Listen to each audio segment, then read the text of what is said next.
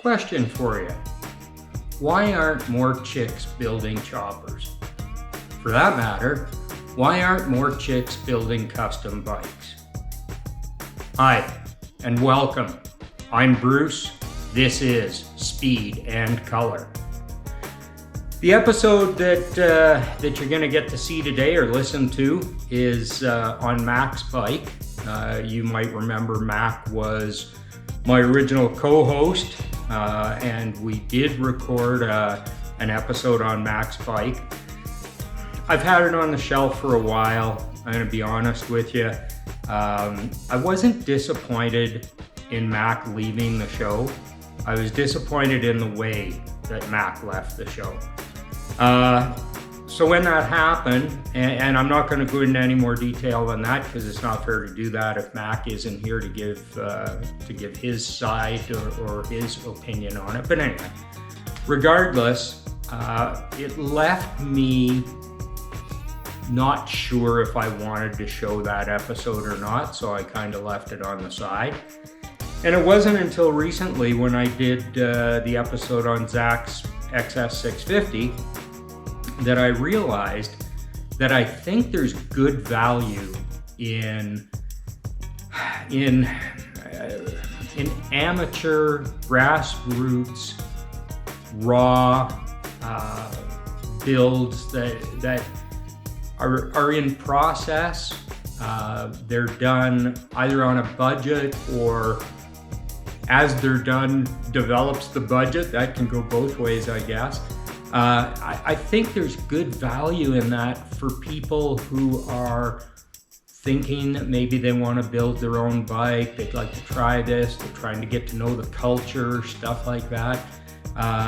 So I think it's good to see that you can pick up and start building a bike, and it doesn't take exceptional skills. You don't have to be one of the pro builders to put together a chopper that you can be proud of and ride and have fun with. And when I say chopper, you could also build a brat or a cafe racer or a tracker style or a digger style.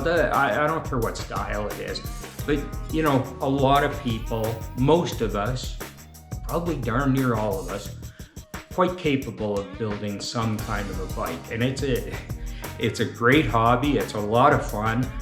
Lots of interesting characters, good community, leads to good social activity. So I love it. I think custom bikes are awesome.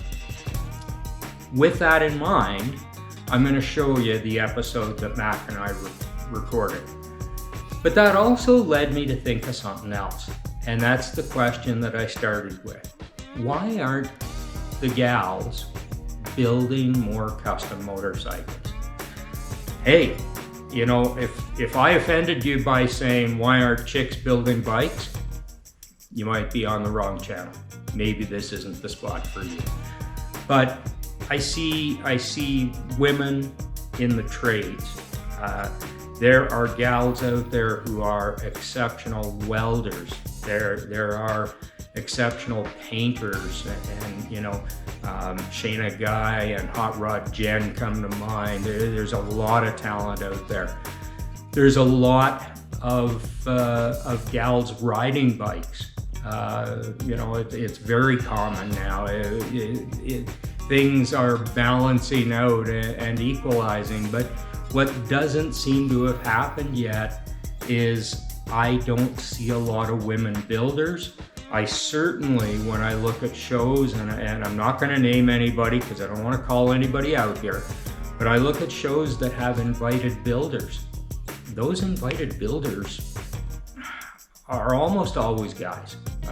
There's probably been the odd female in there, but for the most part, it's always guys. It's certainly out of some kind of balance. And I don't believe that everything has to be 50-50 between this group and that group. I simply don't believe that, but I believe in a healthy mix.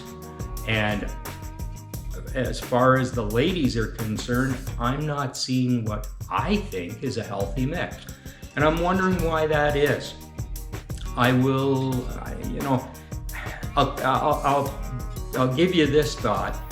is that I would like to see the female inspiration or creativity in builds. And when I say that, I'm not talking about pink paint or, fringes on leather, which fringes on leather is great. And there's some great female leather workers. Don't get me wrong on that one.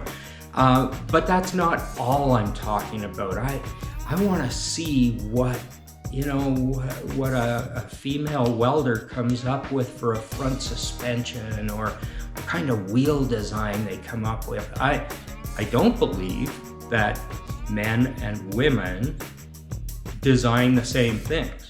I think there are differences. They don't have to be that typical female difference, but there is a difference in the way we look at things, get inspired, whatever. So there you go. I've thrown it out there. I would like to see more female builders, and I would love to do a couple episodes, many episodes on female builders. My friend Jace Hudson over at Fast Life Garage has certainly talked to a couple of the gals, and they've been very interesting podcasts, and I've enjoyed them. I would like to do the same over here on my channel. I'd love the opportunity to talk to, as I say, painters, welders, fabricators, machinists, whoever. There you go. You can think about that. Certainly open to comments, anything you'd like to send my way. I'd love to hear what you have to say. And I will say, Speed and Color. We are on Instagram. We're on YouTube. We're on podcast platforms. At this time, I don't think I'm on Facebook. I don't do it myself, that's for sure. And we are still looking at a website. I'm still working on that. But YouTube seems to be the main one. So if you go to YouTube, do me a solid, hit that subscribe button, and a couple of thumbs up and some comments never hurts. All right, enjoy the episode. I will see you soon. Thank you so much for being here.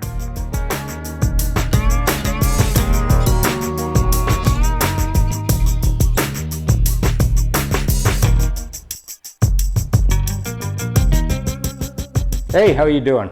So here we are in the home studio, such as it is. And today we wanted to take a look at Mac's bike. We just want to learn a little bit about it, see what he's doing, see what the plans are, modifications he's made so far and everything. So let's get into that and let's have a chat with Mac and see what he's up to here. How you doing, Mac? Very good, thank you. Very Good. excited to be here. It's 12 degrees out there today, sunny. And Yes. It was a 35-minute ride to get here, so And I was quite happy on the way. And I hate to give away the date that we recorded or anything because we don't know when this episode is going to air. But I will tell you, this was pretty late in the year for 12 degrees. We're having a pretty good lead up to winter. It's not too bad so far, but it's okay. All right, well, Mac, why don't you start? And I'm going to try not to turn my back on the camera too much. Why don't you start by telling us what this was originally? And then we'll get into modifications. Sounds good. I will try and be as detailed as I possibly can for listening's sake more than video's sake. But realistically, we spoke about this, I don't know, in our first episode. We went over our bikes just briefly about what we had. But yeah, so it started off as a 94 Sportster 883. Stock. It had the stock swing arm. It had stock handlebars. Everything was just, stock. So, I bought it with the hardtail already attached to it. So I was very happy about that because, that's A, the biggest job of the whole bike, and B, I got a smoking deal on this, so I was able to cut costs virtually in half. So after the frame is cut, I've pretty much done everything else. So the hardtail, just to provide a bit of a description. And I think most of them are done this way, and I just wanted to see where yours ties in. But for those who are listening and not viewing, the hardtail on these Sportsters typically is going to tie into the backbone just above the rear head, just under the gas tank, and at the bottom, right below, so on the upright post, right below the motor mounts is where it'll tie in at the bottom there. And of course, a hardtail simply makes it rigid. There is no rear suspension. That's gone. And all the suspension, if you will, that you get is in the seat. There's nothing in the frame. And of course, softness of the tire, which a lot of guys who run hardtails run a softer tire in the back, not so much air pressure. I'm lacking probably, that at the moment. Yeah, probably not the best thing to do, but it works, and it's fine. I will say too that on a Sportster, I love Sportsters and I love the hardtails, and there's a whole bunch of different ones out there, and they're all pretty good quality. Mm-hmm. But what I would like to do different on a Sportster is the angle of the backbone. I like a backbone that goes straight to the back wheel. Unfortunately, most of the hardtails, because it would change the wheelbase, it would change the length to the back wheel, which gets into belt and chain issues and all that other kind of stuff. The backbone has an angle. It goes down right in front of the seat, and to me, I would prefer it not to do that. I understand why it does it. I understand why they make them that way. But hopefully when I get the chance to do another one, I'm going to try and make a modification so that the backbone is straight from the from the steering head all the way back to the center of the rear wheel. Does that make sense? Did I explain that okay? I think so. That's like a pretty American chopper style. It's like, the classic, what is that? What is that famous American chopper that has the American flag on the gas tank? Oh, the Easy Rider bike. What was that thing? Captain America bike or something like that they called it. That bike was pretty much straight That's down. a very cool bike, yeah. And that's the look that I like. While we're on hardtailing frames and stuff, we should probably mention that if you're going to do this, I would not tell you not to do it, but I will say make sure that your welding skills are decent. There's lots of instructions on YouTube. You can Google it, find all kinds of instructions for how to do it properly. Lowbrow has a real good video on it. Yes. You want to follow the steps. It does involve taking the engine out, putting the engine back in, taking the engine back out. And I will say that on my bike, which we'll get into in another episode, but on my bike what I found is they took the engine out, made the cuts, fitted the hardtail, put the engine back in to make sure that all the mounts lined up and everything.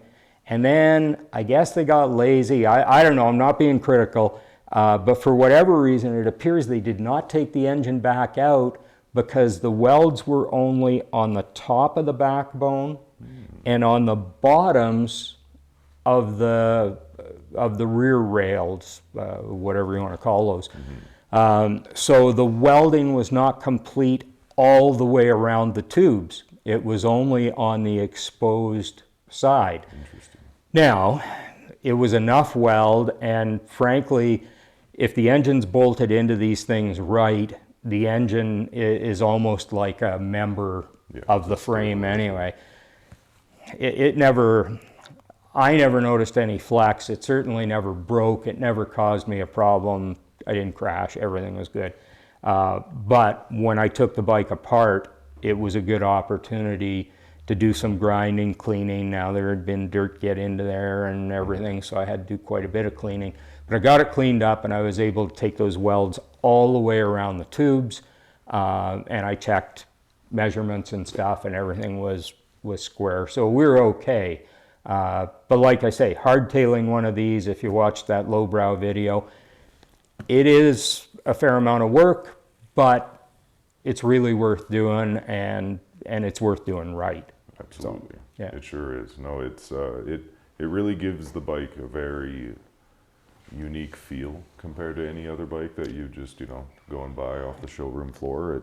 It sure does. And I mentioned to you when you interviewed me, and I made a statement something like, everything that is wrong about my bike is what makes it so much fun. Absolutely. And I think probably the same thing here.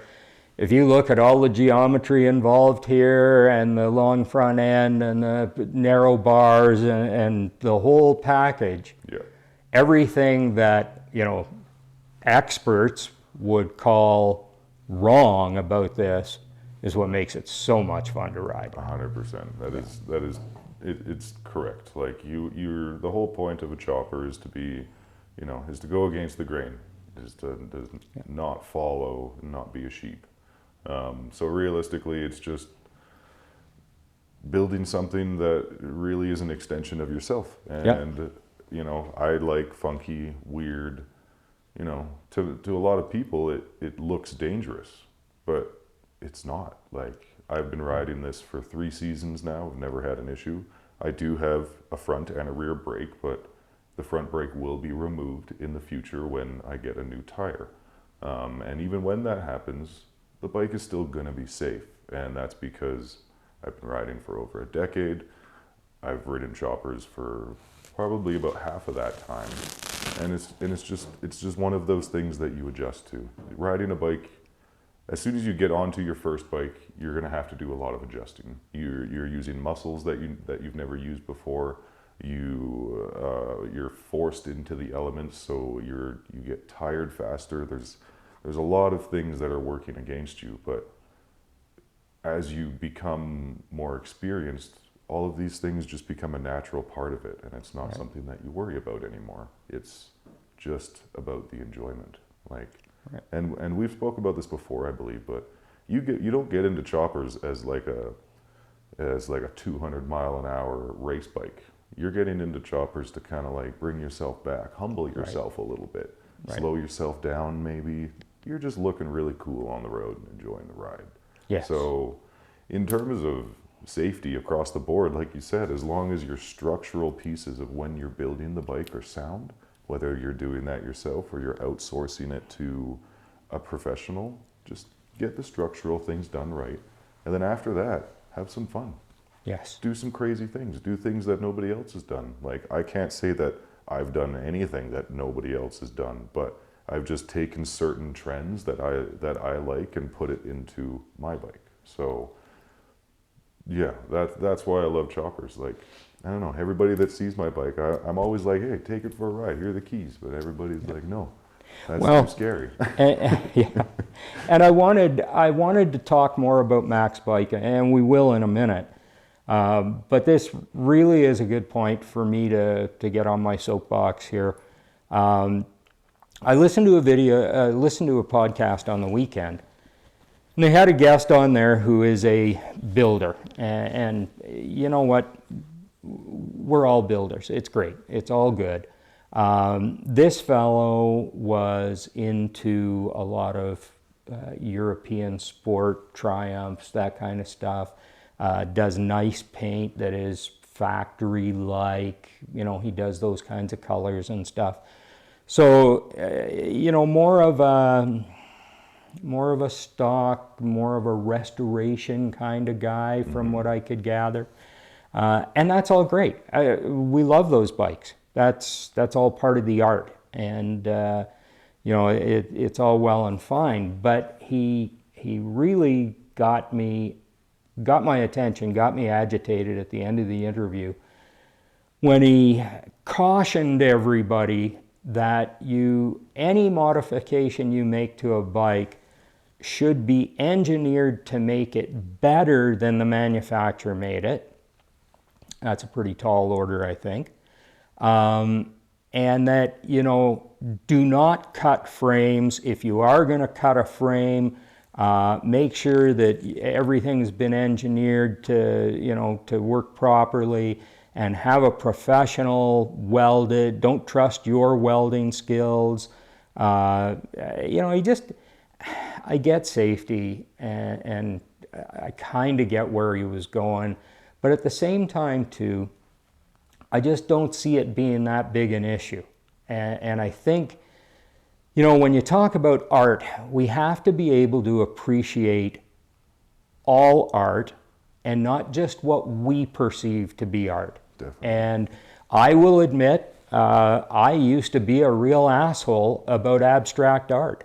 I would go to an art studio or an art show, and I'd see abstract art, and I'd say, I don't get that. That doesn't make any sense to me. You know, I was into realism, or whatever you would call it. Mm-hmm. And I had to sit down, you know, a few years ago when I got into some more serious building and stuff. I had to sit down and say to myself, you know, stop being such an asshole about this. That art takes thought, and it takes creativity. Mm-hmm. And it may not be something you can recognize, but the combination of colors and the combination of shapes and whatever that abstract is, it has art value. Somebody created that. And I've since really worked hard to change my opinion, and the same with motorcycles and race cars and hot rods.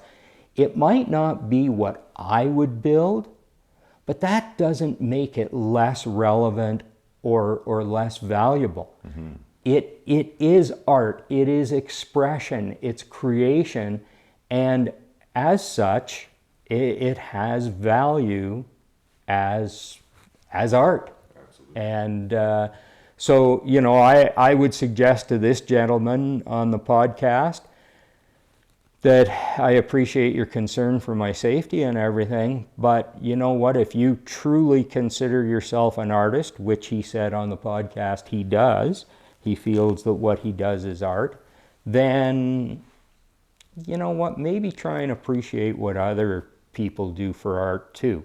Now, he mentioned, you know, it was fine to do what we do if it's going to be a trailer queen and just go to shows. Well, no, it's okay to ride them, I think, Bruce's opinion here. It's okay to ride them, and there's a couple points I would make there. One is, you know, we just heard some statistics for this year about fatalities in our province, in Alberta. And the types of bikes involved. You know what wasn't in there is there was no mention of any bike that was highly modified that was in a crash, in a fatality. All motorcycles get crashed. I don't care whether they're modified or not. It just happens. It's part of the risk of being on two wheels. But it is obviously not a huge problem with people falling down on choppers or getting killed on choppers, or cafe racers or scramblers or trackers or bobbers or anything else. And, you know, Mac and I are in agreement that we think largely the reason for that may be that, again, 2 points. One is you're careful on these things because you understand what you're riding. You know the limitations. Mac said it himself in a previous episode. He said he stepped away from a sport bike and got into a chopper because he knew he had a problem with the throttle. And he knew he went too fast and accelerated too hard. And the sport bike allowed him to do that. The chopper doesn't, but he has a great ride, cornering, and he knows his bike, and it's intimate to him. So there's that aspect of it. The other aspect is once you finish a project like mine, for me, man, the last thing I want to do now is drop that bike or blow up the motor or anything else. So you know what? Hey, I'm a fat old guy on a chopper. I cruise. I enjoy my bike. I don't need to impress anybody. I don't need to set any land speed records or anything else. I am absolutely fine just enjoying the bike I built. So I think I had to get that off my chest. I had to deal with that subject in that I think people need to be open to all styles of motorcycle, and to give people a little credit and a little leeway in what they ride. And if you consider yourself an artist, appreciate all art, not just your oil paintings or this style or that style. Art is art, and to us, these are art. There. That was my rant. I like it. Thanks, buddy. And in all honesty, when it comes down to the building of the bike, whatever you're doing, whether you're just restoring a factory bike or you're customizing it immensely, like it's purposeful. Absolutely. You yourself have an idea in mind and a goal that you're trying to reach with it. Mine was purpose built to just look cool and have a great time riding it. It's not purpose built to really do anything but that. I'll do it all, and I have no problem with it, but I believe that experience trumps safety features. Yes. Because I've crashed up before, and it was under my own fault and involved nobody else. It was just being silly on a different bike. But in my opinion, that was extremely valuable because I found out what it was or where to get rid of the bike. You know what I mean? Like you always think to yourself, like if you're gonna get into an accident, like of course they'll just ditch the bike and everything's good, but like that's your baby. It's not very easy to just be like this. I'm gonna let go now. That's right. That's right. So like I was saying, it taught me something invaluable when I felt that I lost it. I just know that exact degree and that feeling now when I was on the bike. And that goes across the board from a crash to just being aware of what's going on around me, predicting what this person's going to do and acting accordingly, right? Right. So yeah, that's why I believe that experience will trump safety features because I don't like ABS. No? I don't like ABS at all. Like it's strange. Like you can do it all yourself. You don't need these things. Cars, from the early 1900s, it was all very simple stuff. Yes. And you get used to everything that you're riding.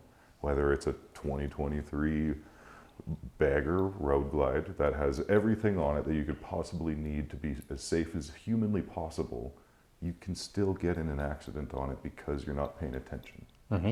Okay, so like when it comes to safety, in my opinion, it's all about the rider. You can blame it on cars as much as you want, but it's all about how you perceive yourself on the road and being able to predict what's going on around you. Right. And if you're going to be the guy that's going 200 miles an hour, I pray for you. Good luck. But that's dangerous, and you have to understand that all of this is a numbers game.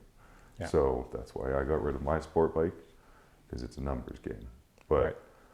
Choppers, like I feel just as safe on this as I would any other fully kitted out Ducati Road Glide, like anything. It's all just how you choose to ride it. Absolutely, and I think if you look at guys like and there's tons of them out there, but he comes to mind because I was listening to him on the weekend.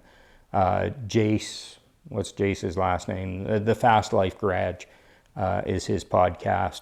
Good guy, but him and his buddies, the miles and miles and miles those guys have put on motorcycles, mm-hmm. incident free.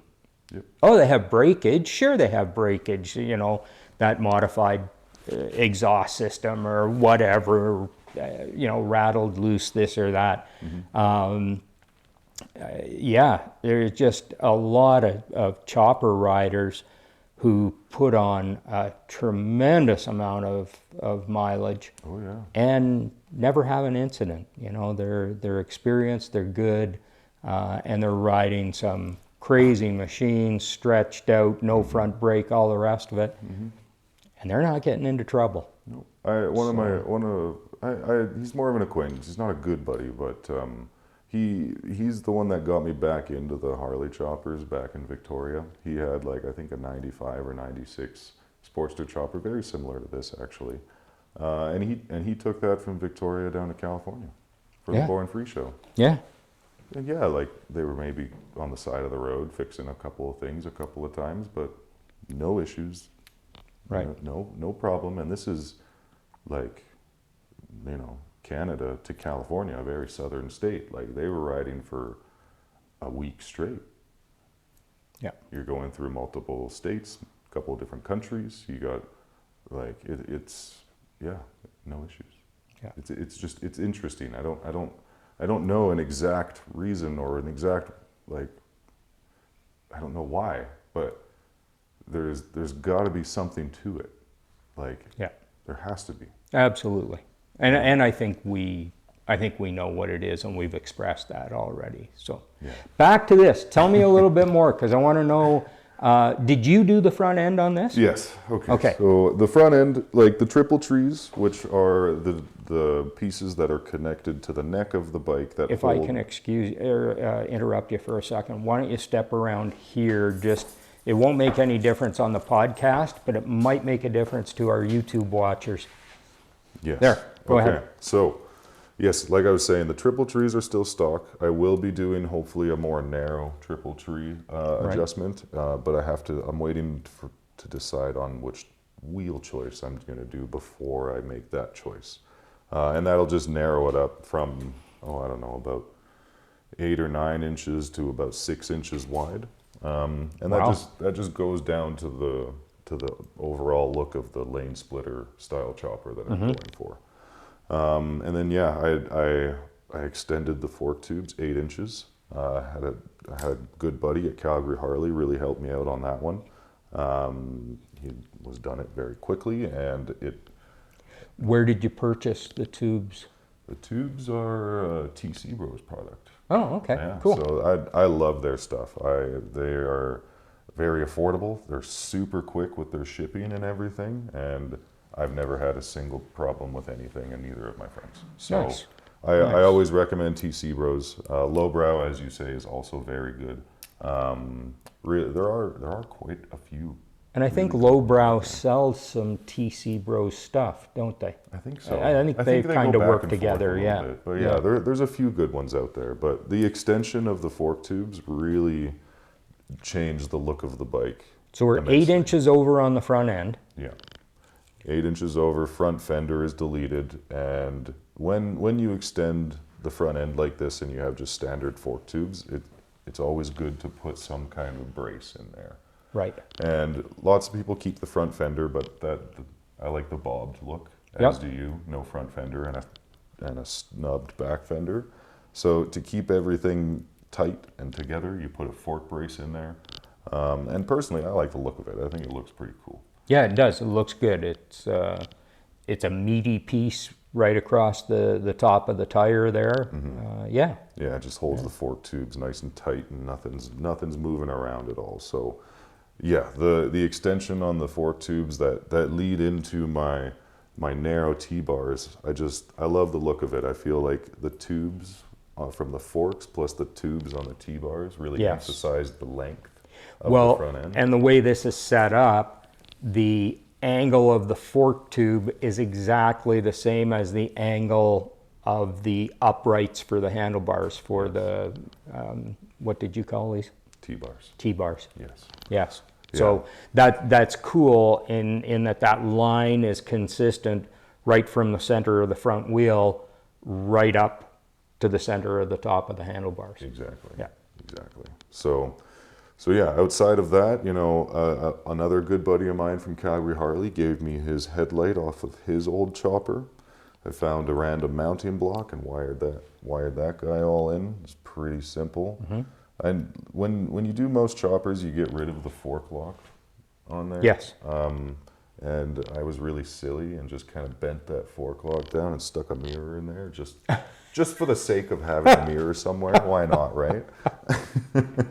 And you can't see the right side of the bike on the video, and there's not all that much to see. I've put a relatively inexpensive exhaust on it, mounted it in points that work, that won't fail, and just made it work. Because in my opinion, that's what I love about choppers. Bruce has like a gorgeous paint job, gorgeous everything. It's sparkly. It's a beautiful looking bike, and we'll show you guys that on one of the next videos. Mine is a little bit more ratty.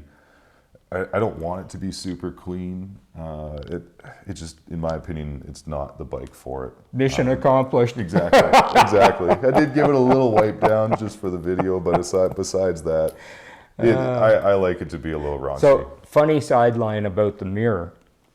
I'm sure it was Garlett's. Don Garlett's on his Top Fuel dragster used to run rear view mirrors. And a lot of people had no idea why there were mirrors on a Top Fuel dragster. Yep. And they were actually aimed at the top of the headers so he could see if there was any smoke coming out of the headers. And he could tell at idle, if he thought he could anyway. I don't know. But anyway, he had these mirrors and so that he could see what was coming out of the exhaust pipes. And that helped him with tuning and stuff. Way back in the day. They don't do stuff like that anymore, but as we've discussed, I've been here for a while, so I've seen some of this stuff. Yeah. and that's great, because like I need to learn these tricks from you when we start getting into finicking around with one of your other bikes that you got going here. But yeah, it's always good to have like some sort of. While you're standing right there, tell me about your motor. All right, so the motor it was an 883. And I've changed it to an S&S 1200. As you can see on the video, I'll describe as best as I can for the podcast, but you got the heads here and you got the rest of the jug here. So realistically on a Sportster, it is really hard to find heads.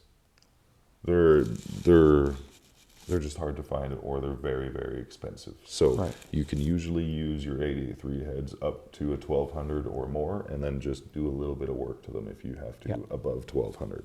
But as you can see, the bottom part of this jug here, it has the S&S stamp on the side. It's very clean and crisp looking compared to the other half of the top of the motor, because that's all that it is. Right. You're just boring out the bottom jug there to get a bigger cylinder in there to create a bigger explosion. Right. So that was done this summer. And you said these are 1200? These are 1200 jugs. Okay. Yeah. So it went from an 883 to a 1200. And now I wanted to just mention, if you're considering doing your Sportster, going to a 1200, 1250, 1275, whatever. Mac mentioned the heads. Go to Hammer Performance and read about heads on their website. They have some Hammer Performance. Those guys are so technical. They are so good with Sportsters. I think they're absolutely amazing. But go to their website and read what they have to say about heads. The 883 heads are actually really, really good. And in a lot of cases, Hammer says, hey, stick with your 883 heads. They get into squish band and all kinds of geometry and stuff. They understand, flow through the heads and spark and everything, like probably better than anybody else I've seen. I don't know if they understand it better. I think they've done a better job of describing it. And explaining what's going on there. Hammer Performance. I don't care whose engine kit you buy, whose big bore kit you buy, go reference Hammer Performance for their videos and their technical articles and stuff, because it is brilliant stuff. Copy that. Yeah, it's definitely a good idea to read up on it as much as you can, because there is a lot to learn about it. Carburetor on this, stock CV. Yeah, stock Yeah. CV carburetor. I've pretty much taken off the filter side of the intake and just put a, what do they call it, a Bristol cleaner from Prism Supply. Okay. So Prism So it's just like a screen on there. It is from what virtually I'm just a seeing. flat screen. So once again, we're keeping the bike's profile very narrow all the Right. way across. Right. And that is another company I have to just give a mention out. Prism Supply is a smaller company out of Kentucky, I think, and my goodness, they do some amazing stuff. Their Cool. engineering is just, it is really cool. They make And you're thinking about cams for next year as well, I'm correct? thinking about it. About it. We'll see how that goes. I really want to try out your hammer performance build before I do anything else. So we'll see how that goes. So yeah, coming back from from the motor. Here, I'm going to switch places with you. There we go. So there's a couple of different ways you can do seats on choppers. Like yourself, you have a Springer seat, so that means, right in these posts or right under the seat, you're going to put springs that attach to the seat, and that's going to create a small cushion for you when you hit bumps. I just have the seat mounted right into the frame, and the only real difference is that there's a lot more cushion between, your butt and the seat pan. Yes. Because your seat, usually when you have a Springer seat, it is virtually a seat pan with a piece of leather over it. Right. There isn't very much cushion to it. I chose to go with this route because the first bobber thing that I built out of an old Suzuki GS 650, I had the Springer seat. And my whole thing is cornering. I love cornering. And with the Springer seat, I felt it a shift when you were cornering, and I didn't like that. So that's why I went to this style of seat, and this is not an expensive seat. It's just a Drag Specialties Scorpion seat, and the reason why I like it is because of the tall backing to it. It gives you a little bit more of like a lumbar support, and it holds you in place very, very well. You don't slip, you don't scoot back on the seat at all. It just holds you in place perfectly.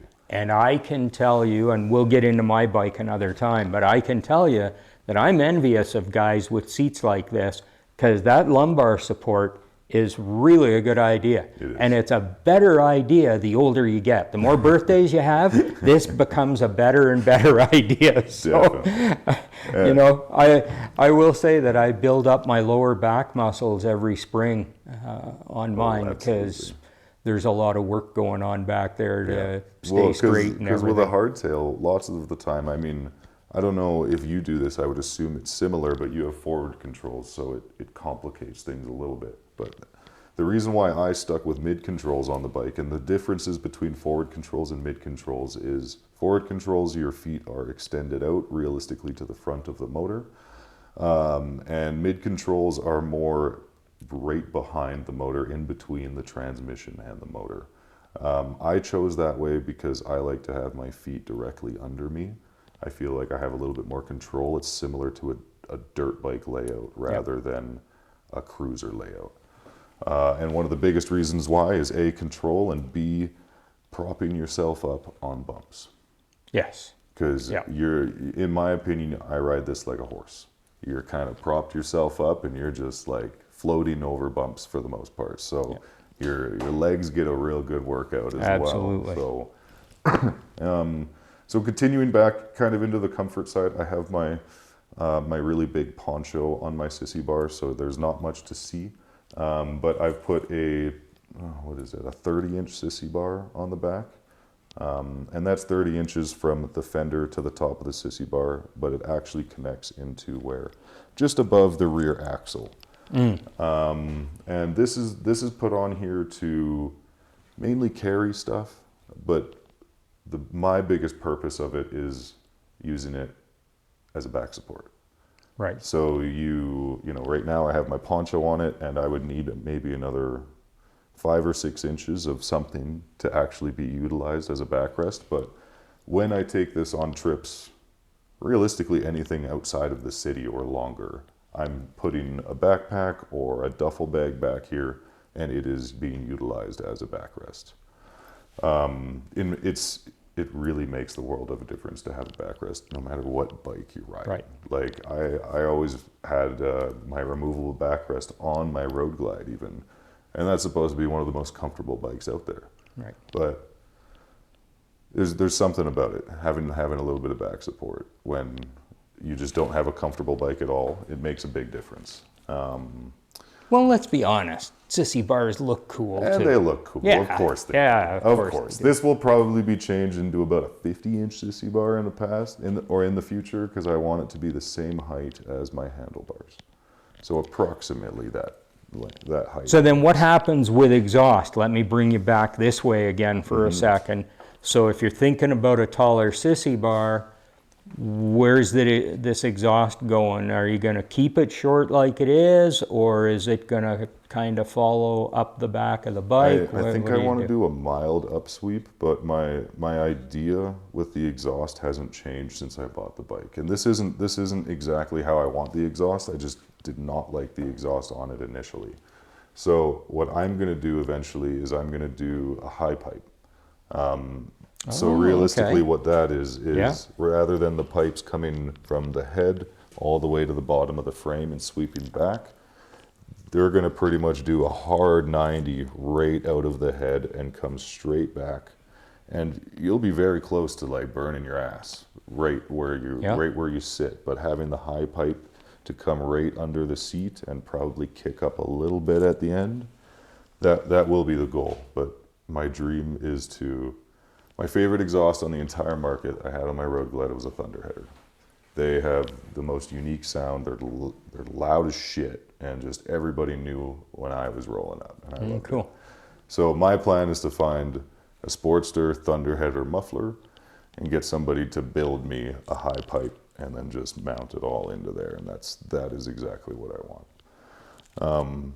But yeah, Thunderheaders are very expensive, and a Thunderheader pipe is almost the cost of the motorcycle.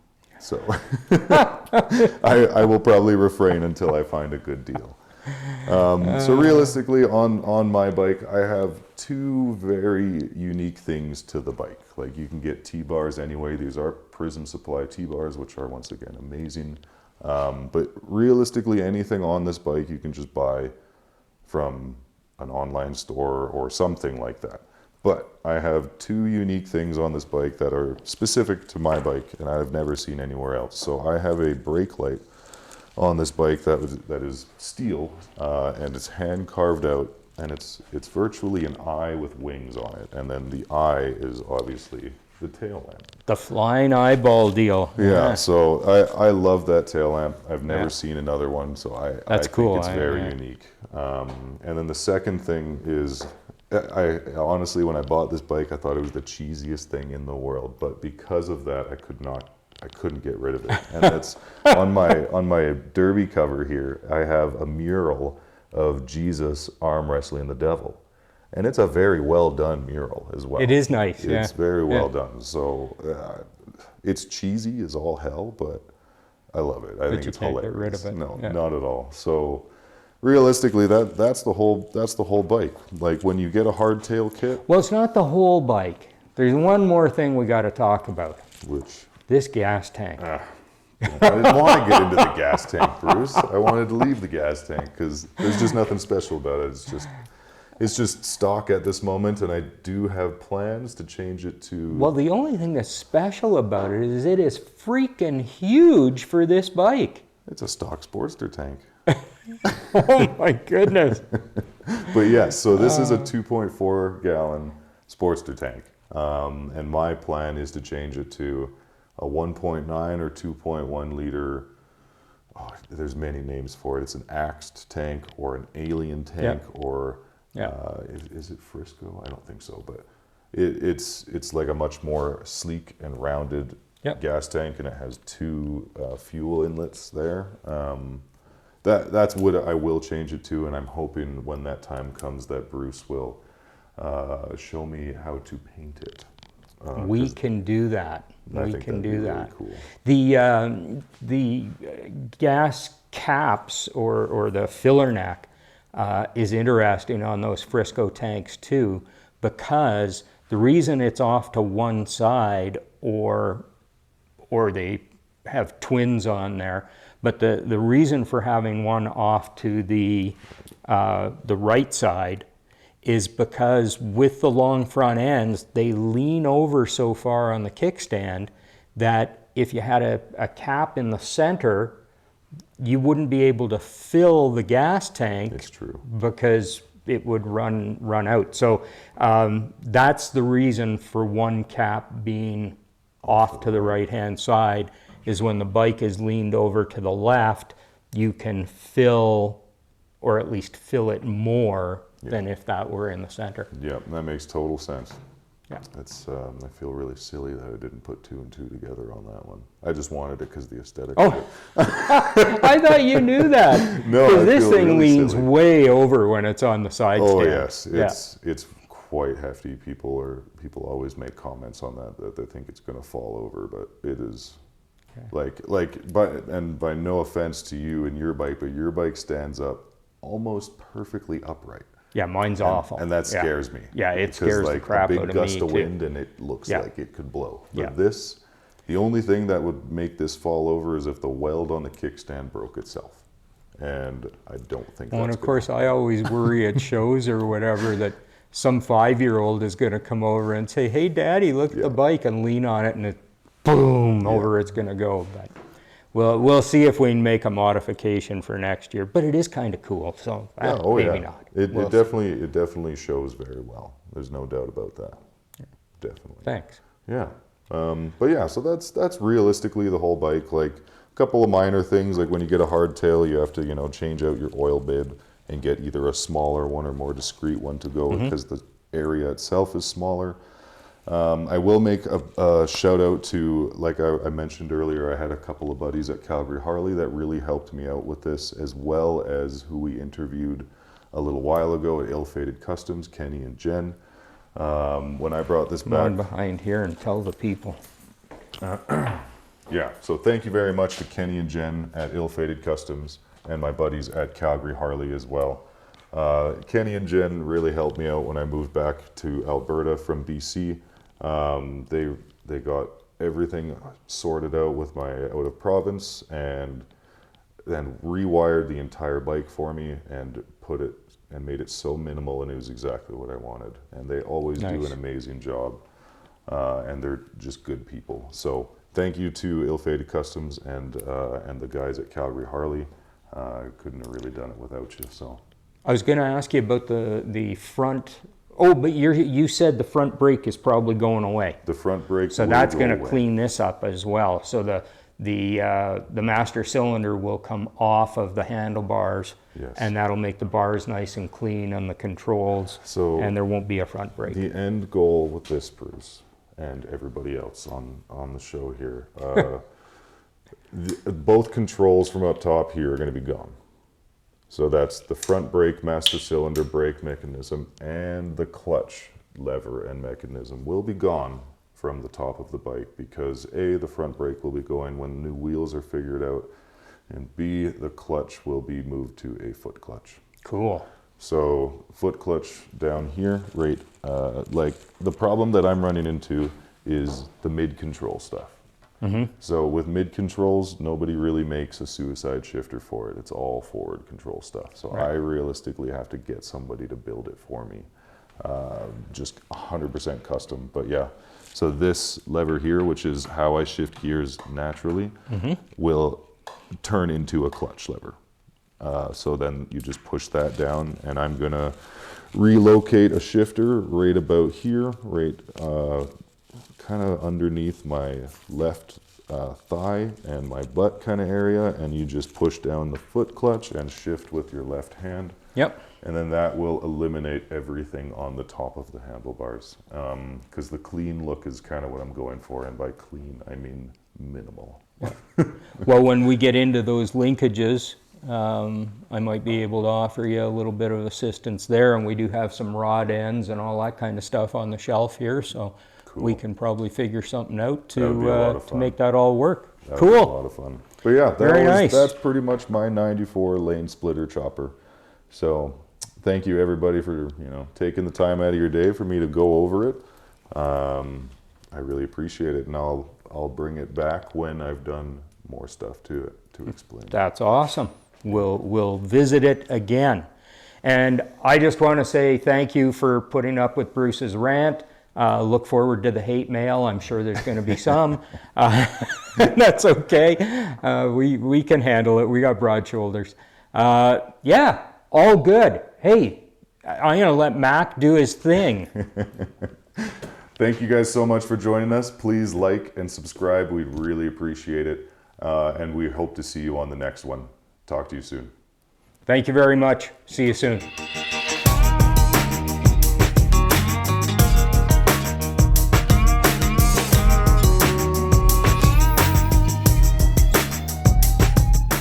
Forgot to fucking mention speed and color. Fuck.